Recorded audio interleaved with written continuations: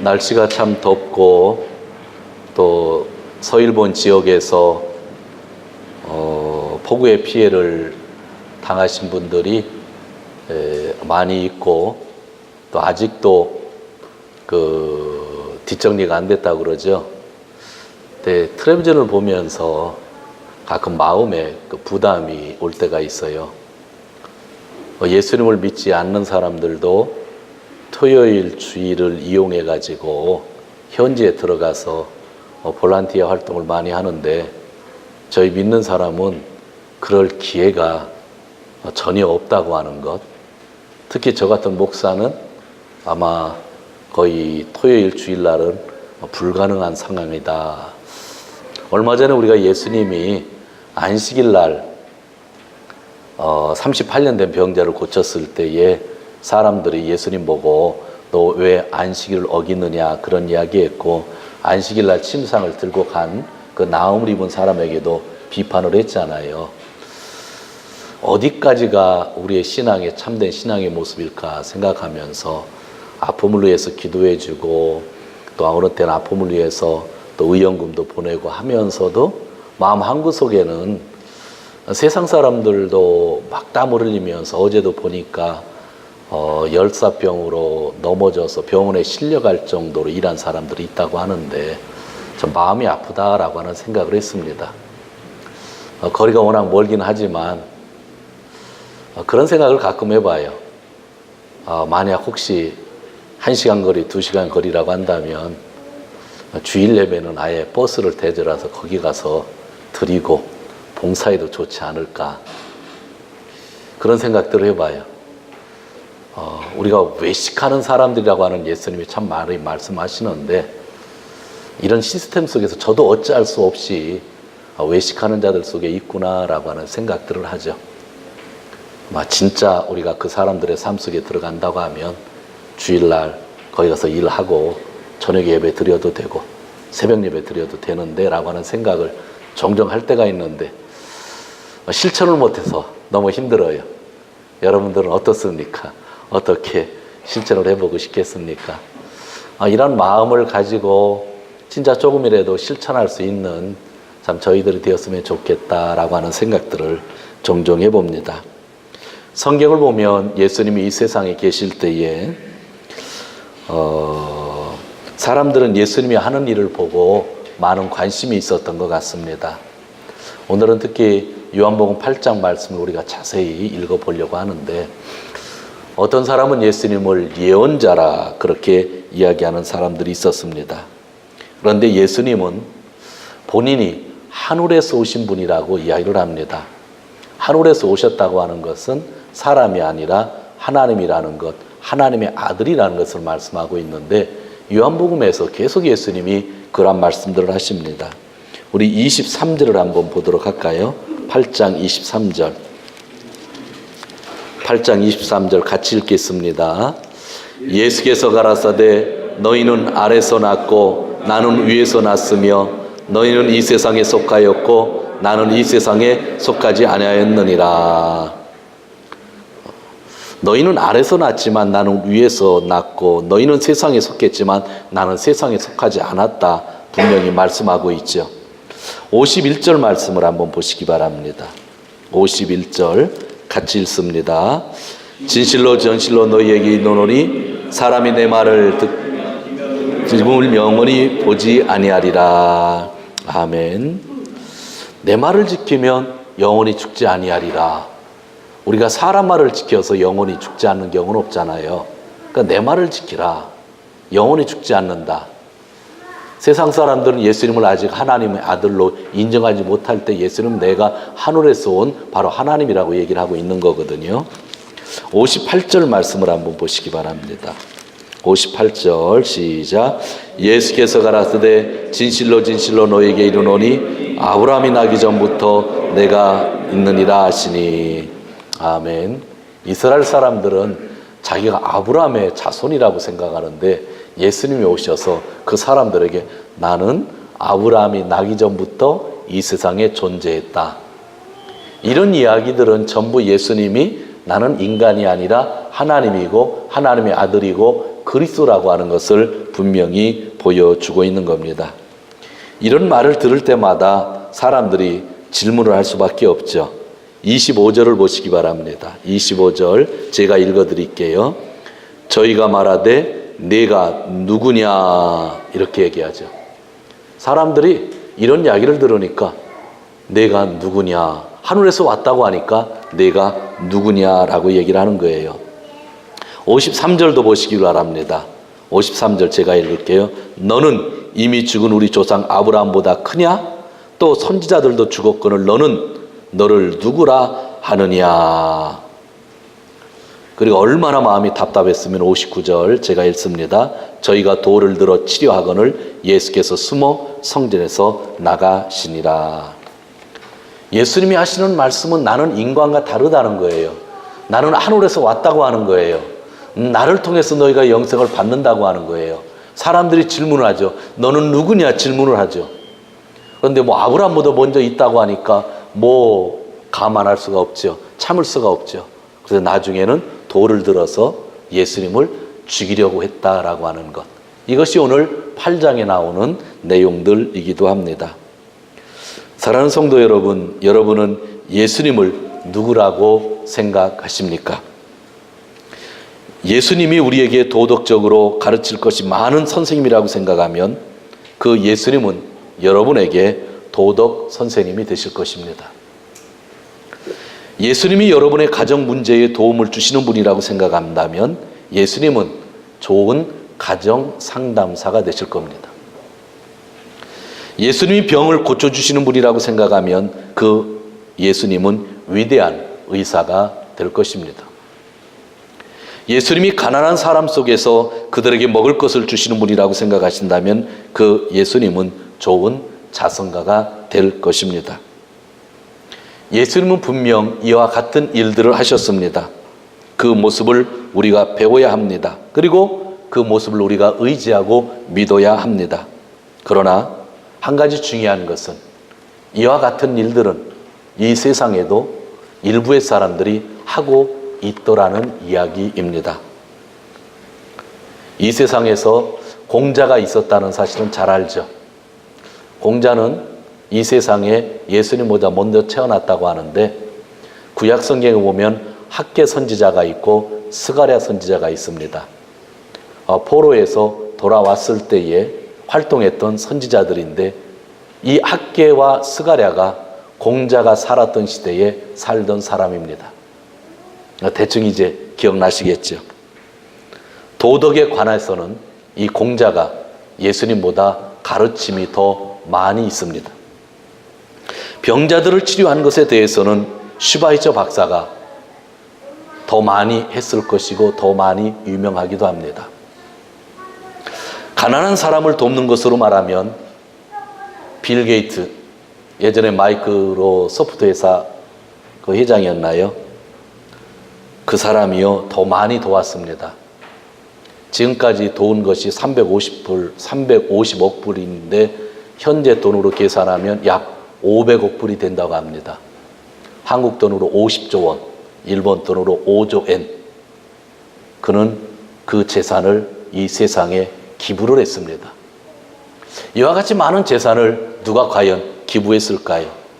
예수님이 가난한 사람들에게 많은 것을 먹이고 얼마 전에는 2만 명을 먹였지만 이 빌 게이트의 한 일에 대해서는 이것과 비교하면 조금밖에 되지 않는 그러한 일들입니다. 슈바이처나 빌 게이트 같은 삶은 분명 존경받아야 마땅하다고 봅니다. 우리가 배울 수 있습니다. 우리가 배워야 되고 또 따라야 될 삶의 모습이기도 합니다. 그런데 배워서도 안 되는 일이 있다는 겁니다. 우리가 아무리 모범을 보고 하려고 해도 인간은 할 수 없는 일이 있다고 하는 겁니다. 공자도 할 수 없는 일이 있고 슈바이처도 할 수 없는 일이 있고 빌 게이트도 할 수 없는 일이 있다고 성경은 이야기합니다. 인간이 할 수 없는 일은 당연히 하나님만이 할 수 있는 일이 있다고 하는 겁니다. 몇 가지가 있을 수 있는데 그 첫 번째는 죄의 용서. 이것은 하나님밖에 할 수 없습니다. 제가 사람을 다치게 해서 감옥에 갇혀서 10년형을 받았습니다. 빌 게이트 상이 500억 불을 일본 정부에 줘도 저는 풀려나올 수가 없습니다. 죄의 용서는 돈으로 할 수 있는 것이 아니고 도덕으로 할 수 있는 것이 아니고 또 의사가 할 수 있는 일들이 아니죠. 하나님만이 죄의 용서를 할 수 있는 것입니다. 세상은 죄를 확정하려고 해도 그 죄를 용서할 수는 없습니다. 그러나 하나님은 죄의 용서가 가능하신 분이십니다. 두 번째, 하나님 외에는 할 수 없는 일이 있는데 그것은 하나님의 영을 우리에게 주시는, 즉 성령을 선물로 주시는 일입니다. 그 어떤 누구도 성령을 받을 때에 돈으로 계산해서 받을 수가 없죠. 사도행전을 보면 성령 충만한 제자들이 복음을 증거할 때에 어떤 사람이 와서 나도 성령을 돈 주고 사고 싶다고 했던 사람이 있었죠. 그러나 성령은 돈을 주고 살 수가 없는 일입니다. 예수 이름으로 속죄를 받은 자들에게 하나님께서 그분의 영을 부어주시기 때문입니다. 그리고 오늘 설교의 주제 중에 하나를 말씀드리려고 합니다. 하나님의 하실 수 있는 일, 인간은 도저히 할 수 없는 일이 있습니다. 그것은 사망에서 생명으로 움직여 주시는 것, 즉 우리에게 생명을 주시는 분은 하나님 외에는 할 수 없다고 하는 겁니다. 영원한 생명은 하나님만이 주신다라고 하는 겁니다.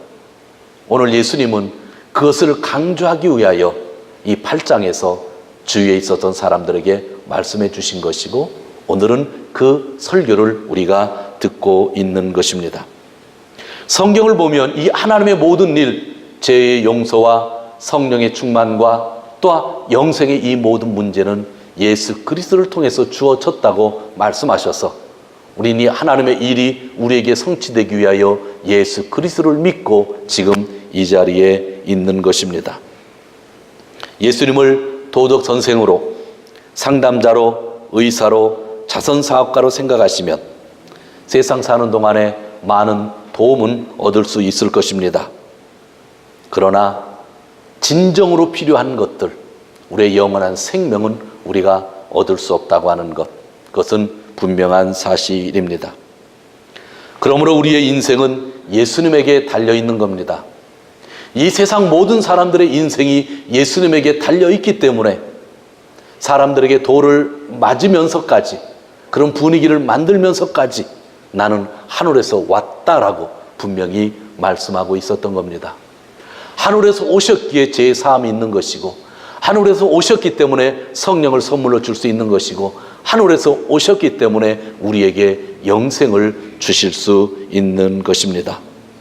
올해 우리는 요한복음 계속 읽어오고 있고 지금 여름에 8장을 읽는데 마지막까지 아마 연말까지 읽게 되리라고 생각합니다. 요한복음 1장 1절에 이렇게 쓰여져 있습니다. 이 세상 맨 처음에 예수님께서 계셨다. 그 예수님은 하나님과 함께 계셨다. 그 예수님은 또 하나님이셨다. 그렇게 기록하고 있습니다. 요한복음을 기록하면서 요한복음을 통하여 세상의 많은 사람들에게 복음을 증거하면서 그 맨 처음에 예수님이 하나님이셨다고 이야기하는 것으로 시작했다고 하는 것이죠. 예수님이 하나님이셔야만 십자가가 의미가 있는 거예요. 예수님이 하나님이셔야만 예수님이 생명을 주셨다고 하는 것을 우리가 온전히 믿을 수 있다고 하는 그러한 말씀입니다. 이 하나님이 되시는 분이 세상에 오셔서 수많은 일을 하셨어요. 근데 오늘 8장을 통해서 한 가지 일을 잠시 살펴보려고 합니다. 32절을 보시기를 바랍니다. 32절 같이 읽겠습니다. 진리를 알지니 진리가 너희를 자유케 하리라. 아멘. 예수님이 세상에 오셔서 우리에게 어떠한 은혜를 베풀어 주셨다는 거예요? 자유를 주셨다고 하는 이야기입니다. 진리이신 예수님 우리를 자유케 해주셨다고 하는 것, 무엇에서의 자유일까요? 죄에서의 자유라고 하는 겁니다. 34절 같이 읽습니다. 34절 예수께서 대답하시되 진실로 진실로 너에게 이르노니 죄를 범하는 자마다 죄의 종이라. 죄의 종이었는데 이 죄의 종인 상태에서 우리를 자유케 해주신 분이 예수님이라고 하는 겁니다. 그런데 왜 우리가 죄에서 자유함을 얻어야 될까요? 죄는 우리에게 어떤 결과를 가져올까요? 예수님은 오늘 복음서에서 분명히 그것까지 말씀해 주셨습니다. 21절 같이 읽습니다. 다시 이르시되 내가 가리니 너희가 찾다가 너희가 죄 가운데 죽겠고 너희가 오지 못하리라. 사람들이 무엇 가운데 죽는다고 그랬어요? 죄 가운데 죽는다.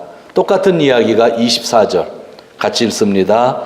이러므로 내가 너희에게 말하기를 너희가 너희 죄 가운데서 죽으리라 하였노라. 너희가 만일 내가 그인 줄 믿지 아니하면 너희 죄 가운데서 죽으리라. 아멘. 이렇게 죄의 결과는 사망이다 말씀해 주고 있죠.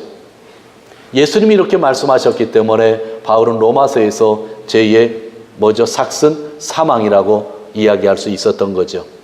그런데 이 죄의 결과는 사망인데 이 죄에 의해서 우리가 노예가 됐는데 예수님이 오셔서 우리를 이 죄에서 자유케 주셨다고 하는 겁니다. 죄값을 다 지불하시고 자유케 해 주셨다.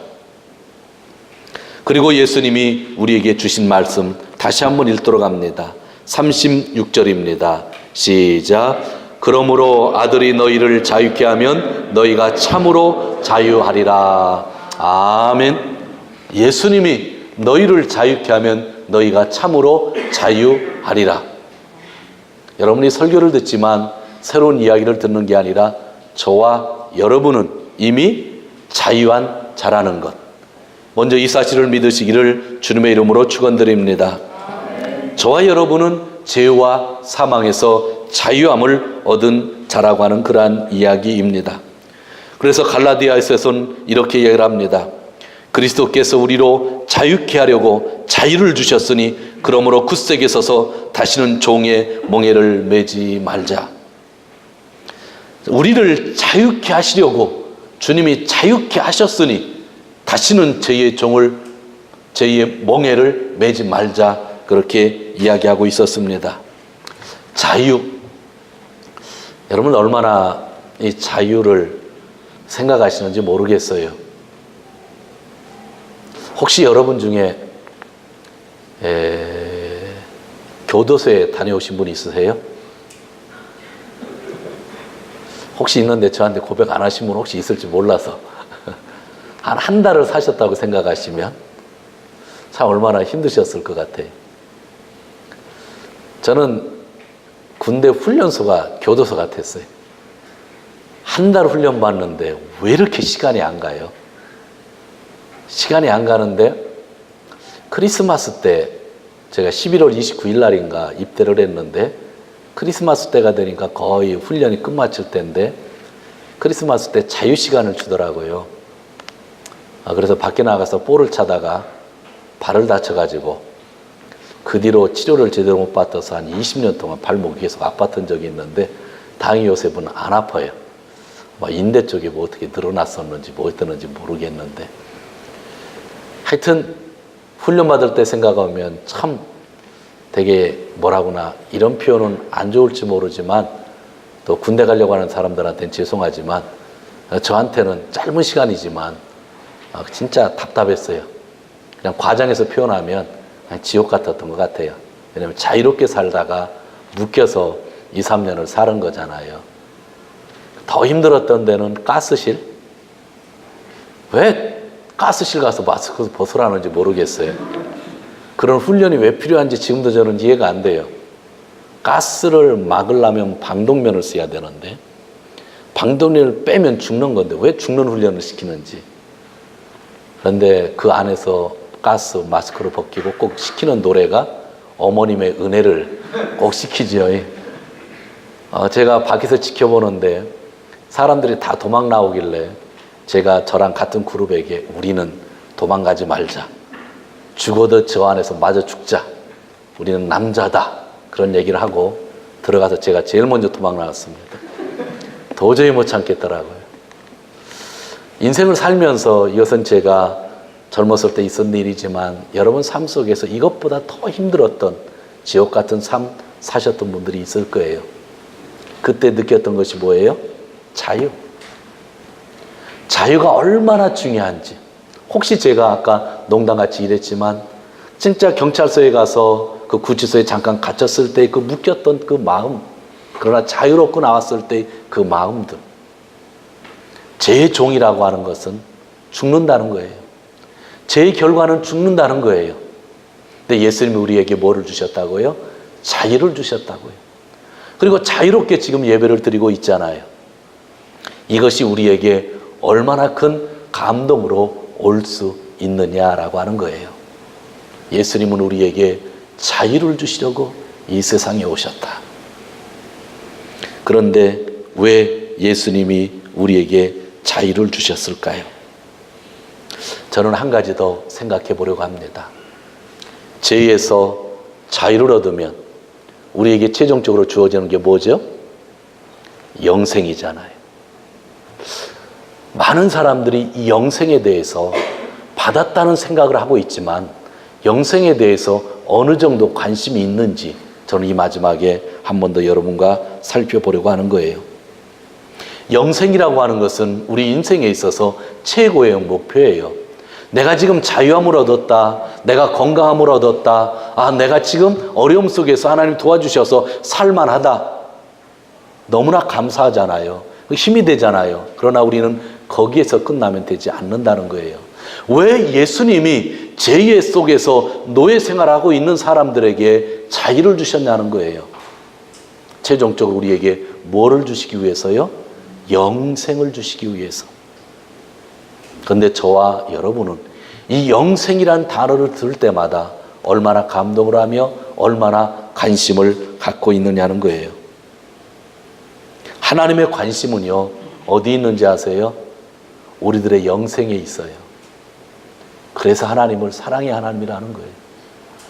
하나님은 저를 바라볼 때마다, 이 배명덕이라고 하는 인간을 바라볼 때마다, 여러분들 한 사람 한 사람을 바라볼 때마다 영생에 최고의 관심을 가지고 있다는 거예요. 다른 것에 관심이 있는 게 아니에요. 여러분 한 사람 한 사람이 영원히 사는 부분에 하나님의 최고의 관심이 있다고 한다면 나의 관심이 어디에 있어야 될까요? 당연히 하나님이 바라보시는 그것에 나의 관심이 있어야 되잖아요. 근데 우리는 24시간 하루를 살면서 나에 대해서 어느 부분에 가장 관심을 가지고 사는지요? 나의 아내에 대해서, 나의 남편에 대해서, 나의 자녀들에 대해서, 나의 부모들에 대해서 여러분의 관심을 갖고 기도하고 있는데 어느 부분에 가장 큰 관심을 두고 계시나요? 하나님은 여러분의 아내에 대해서, 여러분 남편에 대해서, 자녀에 대해서, 부모에 대해서 그들의 영생에 가장 큰 관심을 두고 계셔요. 그래서 예수님을 보내주셨고 성령을 주시는 거예요. 하나님은 우리 주위에 있는 사람들에게 영생에 대한 관심을 가장 크게 관심을 두고 있는데 나는 사람들을 바라볼 때마다 어디에 가장 큰 관심을 두고 있느냐라는 거예요. 제가 얼마 전에 일본어 예배를 드릴 때에 한국 예배 때도 잠시 언급을 했지만 일본어 예배 때 좀 더 폭넓게 언급을 했습니다. 저는 담임 목사인데 저의 관심은 딱 하나입니다. 그랬어요. 여러분이 다 천국 가는 거라고 그랬습니다. 그리고 한 가지 제가 이런 얘기를 했어요. 제가 천국 갔는데 여러분이 없으면 제가 어떡하겠어요? 창피해서 그런 얘기를 했죠. 여러분이 다 있어야 된다고. 전 진짜 그래요. 저희 설교를 듣는 여러분들이 제가 다른 교회까지는 잘 모르겠어요. 다른 교회까지는 그만큼 관심이 없어요. 우리 교회만큼은 제가 목숨을 내놓을 만큼 관심이 있어요. 그런데 천국에 갔을 때 여러분이 다 영생 얻은 모습을 바라보고 있다고 하면 얼마나 감사하겠어요. 전 그 일을 위해서 일을 해요. 그래서 설교를 하면서도 될 수 있는 한 성경에 나오지 않는 이야기는 하지 않으려고 노력하는 이유도 성경 속에 답이 있으니까 그런 이야기를 하죠. 자, 오늘 이 8장만 볼게요. 이 8장 안에 예수님이 우리에게 영생에 대한 관심이 얼마나 있는지. 아니, 요한복음을 좀 더 살펴보도록 할게요. 요한복음을 통해서 예수님이 얼마나 우리의 영생에 관심을 갖는지 찾아보도록 하겠습니다. 성경을 한번 보기를 원합니다. 3장 16절. 3장 16절.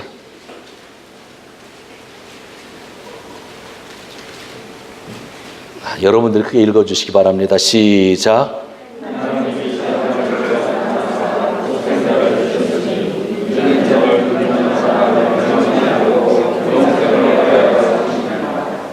하나님이 최고의 관심이 어디 있다고요?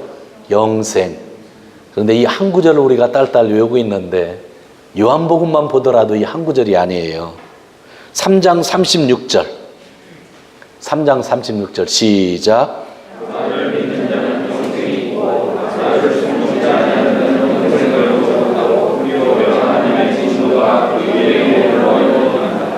아멘. 하나님의 관심은 영생에 있는데 누구를 믿는 자마다 영생을 얻는다고요? 아들을 믿는 자마다. 자, 5장으로 가죠. 5장 24절. 우리가 설교 본문 보았던 데만 살펴봅니다. 5장 24절 시작. 내가 진실로 너에게 이르노니 내 말을 듣고 또 나와 계신 이를 믿는 자는 영생을 얻고 사망에 이르지 아니하니 사망에서 생명으로 이르느니라. 아멘. 아주 기억이 새로우시죠? 한 구절을 더 읽도록 하죠. 6장 47절. 6장 47절. 자, 같이 읽습니다. 시작.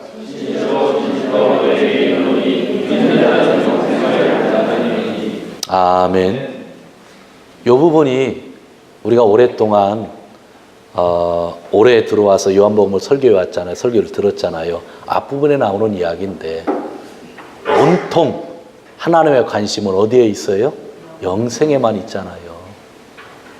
하나님의 관심은 영생에만 있잖아요. 근데 우리의 기억에 남는 것은요, 늘 2만 명 먹은 떡만 그냥 머리에 그렇게 남아 있어요. 하나님의 관심은요, 우리의 영생에 있는 거예요. 그래서 하나님의 아들을 세상에 보내주신 것이고요. 그래서 하나님의 아들을 십자가에 달리게 하신 거예요. 그리고 예수님이 오늘 우리에게 말씀해주고 있는 거죠. 내가 하늘에서 왔다고. 그래서 다 돌을 들고 죽이려고 하는데도 예수님이 그 말씀을 하셨던 것, 우리의 영생 때문에 말씀을 하신 것입니다. 저는 여러분들에게 주보를 통해서 주보 뒤편에 늘 써놓는 게 있는데 여러분들이 그것을 보면서 얼마나 기도하시는지 모르지만 저는 여러분들이 매일 거기에 나오는 것 제목대로 기도하신다고 봅니다. 우리는 하나님이 우리의 인생과 교회의 주인이라고 고백합니다. 하나님이 교회의 주인이다. 우리는 예수님을 우리 인생의 최대의 롤 모델로 삼고 있습니다. 우리는 성령의 일하심을 인정하며 협력을 하고 있습니다. 왜요? 왜 주인으로 인정하며 왜 예수님을 롤 모델로 살며 왜 성령께서 일하시는 것에 우리가 협력한다고 왜 그렇게 이야기를 하고 있어요? 우리가 영생 얻었기 때문에, 영생이 우리에게 있기 때문이죠.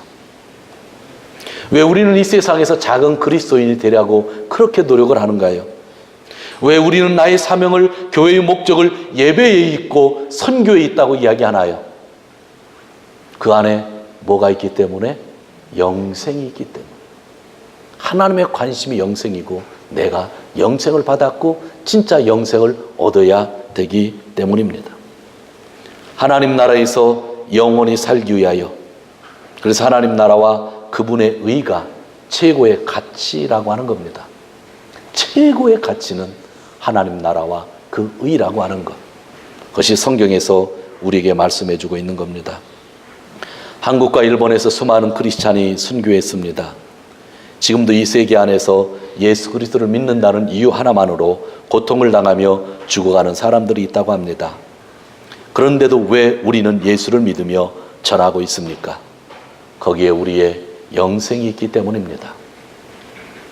제가 본부 건물에서 여기까지 걸어오는데 5분 동안에 참 땀이 많이 나더라고요. 여러분이 여러분의 집에서 이 교회까지 오는데 1시간이 걸리고 1시 반이 걸리고 많이 더웠을 겁니다. 그런데 왜 이 자리에 계시나요? 영생 때문이죠. 하나님은 우리에게 영생을 주셨고 그 영생의 나라에 가기 위해서이죠. 남은 기간 여기서 왜 우리는 남들을 도우면서 충성되이 살며 어려운 사람들을 도와주면서 사랑해야 되나요? 우리에게 뭐가 있기 때문에요? 영생이 있기 때문이라는 거죠. 저는 아주 오늘 여러분들에게 설교하면서 심플한 얘기를 하는 겁니다. 하나님의 최대의 관심은 여러분 한 사람 한 사람의 영생에 있다는 거예요. 그래서 우리는 사람을 바라볼 때에 그 사람이 영생 받았으면 좋겠다는 마음을 가지고 기도해야 된다고 하는 겁니다. 성경을 한두 군데 더 찾고 말씀을 정리하려고 합니다. 먼저 요한복음 20장입니다. 요한복음 20장